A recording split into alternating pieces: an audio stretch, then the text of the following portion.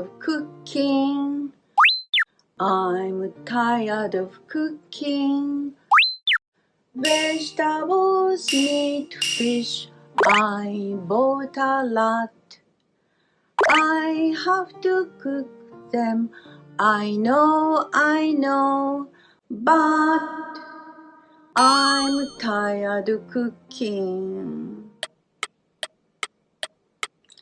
What to cook, what to eat, I have no idea. W直子の英語で脳活。今日はエプロンスタイル。さあ、今日のテーマは、はい、I'm tired of cooking。もうお料理が嫌になっちゃったりっていうことありますよね。ということで今日はキッチンでの主婦のつぶやきを歌にしました。じゃあ歌詞を見てみます。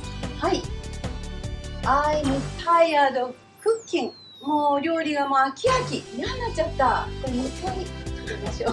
これを練習するところが見せる。I'm tired of cooking。もうね、嫌な顔でね。cooking。で、vegetables, meat, fish。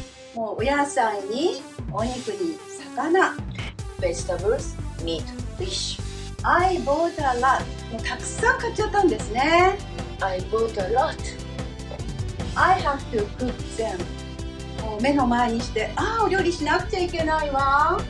I have to cook them。I know、もう分かってるわ。I know。But だけど、I'm tired of cooking。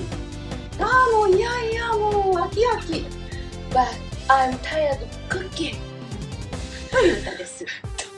ということで、私がこの歌を歌っていいのかどうかが、そんなに料理を作ってるのかという話もありますが、これは今日はですね、皆さん主婦のつぶやき、キッチンで今日は料理したくないという時にはこの歌をぜひ歌っていただきまして、吹き飛ばしていただければと思います。ではこの後みんなで一緒に歌いますよ。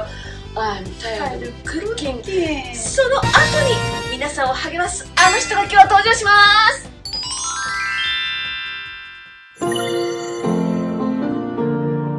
I'm tired of cooking. I'm tired of cooking.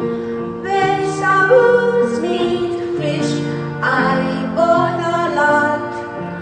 I have to cook them. I know, but I'm tired of cooking.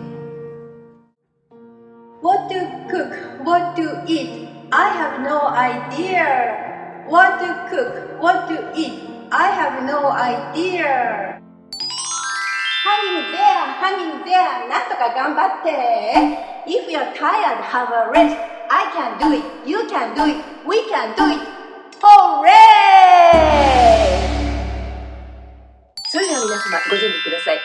まずお鍋、Pot、蓋、Lid、フライパン、Pan、そしてお玉、Ladle。参りますよ。せーの。Pot、Lid、